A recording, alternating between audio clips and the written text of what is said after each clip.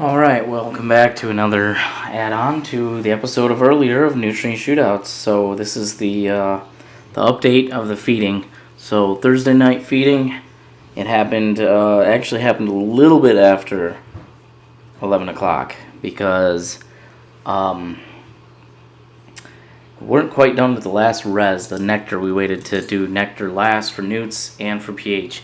And it just started feeding, so we stopped it within like 30 seconds. It all drained back in, finished pHing that one, everything was good to go. And then, so we let it feed for an extra 10 minutes. So it actually cut out at 11:40, or yeah, 11:40. So, right off the bat, all 6 reservoirs were 15 gallons down. It was apparent in all of them, it was very obvious, it was easy to gauge based on the gauge, even the white reses. So, starting with mils, 15 gallons down on mils. We did the 7.5 milliliters of Vitalize.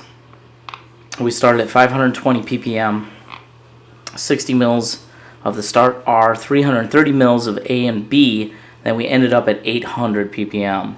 This is day 13. Emerald Harvest, also 15 gallons down, starting ppm of 620. So not bad.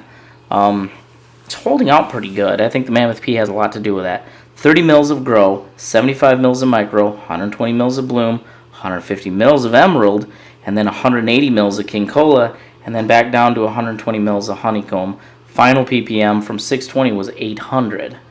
Green Planet was still at 1240.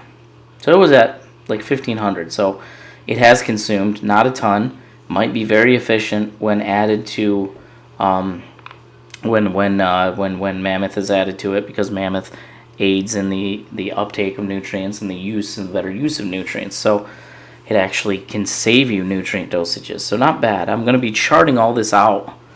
The starting ppms, the ending ppms, the pH curves, and the actual water consumed against the ppms noticed and consumed to see which plants seem to be uptaking more or less. And then, of course, I've got tons and tons of pictures of what, looks to be or seems to be the quality of the plants, which all the plants right now are doing fabulous. It's very hard to find a difference with maybe, oddly enough, the most organic Nectar having maybe the least purpling of all of them. So it's very hard to tell any difference there, but so no feed to Green Planet. And it's been 3 feedings, so yeah, technically they went down a little, but they were still above what it was supposed to be. So we're shooting for 1,000 to 1,200. They're still above that. Next one was New Millennium.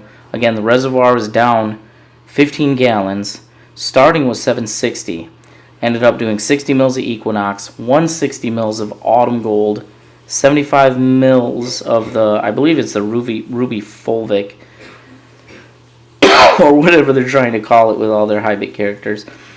And then PK Appetite was 30 mils added to the res, and then the final ppm for that one came in at 900. So they're wanting to be right at 900 with what they said for exactly where they're at right now.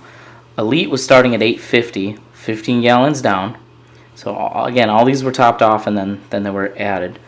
105 milliliters of A and B, 120 mils of the Root Tonic, 75 mils of the Root Igniter. Final ppm right at 1,000. So when we transition in the next few days, finally over into adding the Resin D, that's when our numbers should shoot right up to 1,200, which is where we typically run Elite through the rest of the grow, basically. And then last but not least is the Nectar.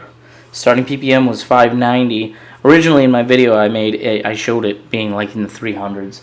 I do not know why I got that reading, but it stayed there for some reason. But when I actually started to add nutrients, it was at 590. So it was only at 680 the last run. It consumed 15 gallons, went down to 590. So we're going to see that on the chart.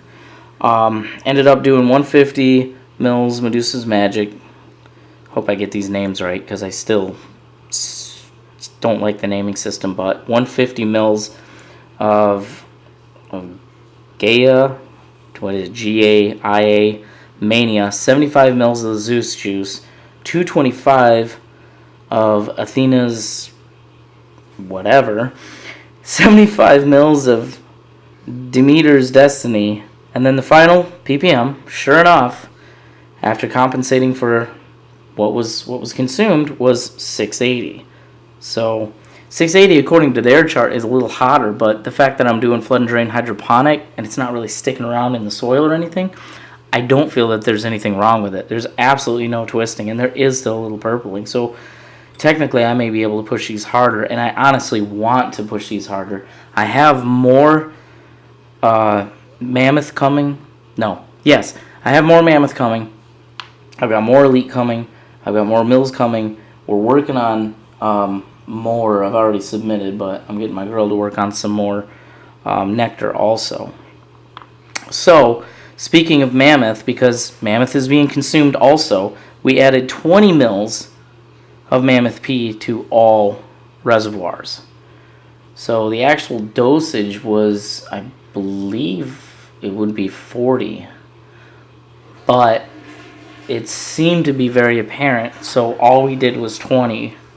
We didn't want to fluctuate any nutrient line too much at this point. So we did 20 to each res. That's definitely going to help the plants. It's definitely going to be noticed by the plants. It's 0.6 per gallon, and we're only talking 15 gallons. So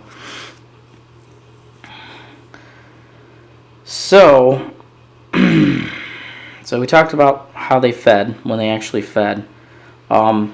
Checked out all the pumps, cocked them a little bit to the side so they had a little bit higher flow rate. They were all overflowing. So I made sure the air stones, at least one air stone out of the 3 in each tray, is placed right under one of the overflows so it gets super oxygenated. So I double checked all that. Of course, the Nectar was just nasty. And so what I did is stuck my whole arm in there and stirred the living crap out of it to get a lot of that stuff put up into the reservoir, into the plants, whether it benefits or not. Most of that's going to fall in the tray now and actually not in the reservoir, which will actually keep the reservoir a bit cleaner. And I can take the vacuum to it and suck most of that out of the tray. It actually works pretty well. That stuff dries to almost a powder. And then the only other real observation was Green Planet. Very clean nutrient in the tray, but on the air stones, it had grown some sort of very tan color. I do have a picture I will post on my Instagram. A very tan colored, bubbling from the air stones, totally aerobic something, beneficial bacteria. I didn't get rid of it. I scraped it all off the air stones so I get my air stones back, and I let the pump chop it up and recirculate it. But it did kind of clog my little screens on my incoming and drain water, my low plugs, my lows. So that was interesting. It was a very light colored, very alive something that was covering the air stones and very bound to it. It wasn't just a simple just shaking in the water. I had to scrub this crap hard with my hands to get it to unbind itself from the porousness of the air stone. And so that's it. So what we're looking at here is everything fed, and then as I started blasting at midnight, of course my house shut itself down. So we're looking at another full load from the same box of the last one of, I believe, Sour Bubble, the BOG seeds from the last harvest. So that last one of the BOG Sour Bubble yielded like 9.7 grams, and this one is slated to probably do just as well. So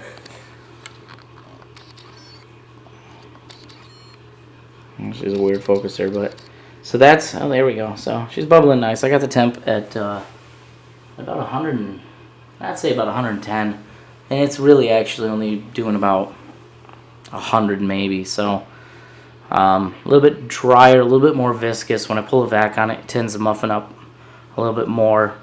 I get it fairly dry, where it's this perfect creamy, whippet taffy look, and then it. You put this down, right on the heat plate, and she gets viscous again, and pull a vac on it after 5 or 10 minutes. Let dry a little bit more. It melts down, it flattens out. Then you pull a vac on it. Perfect little muffin. Pulls all the butane out.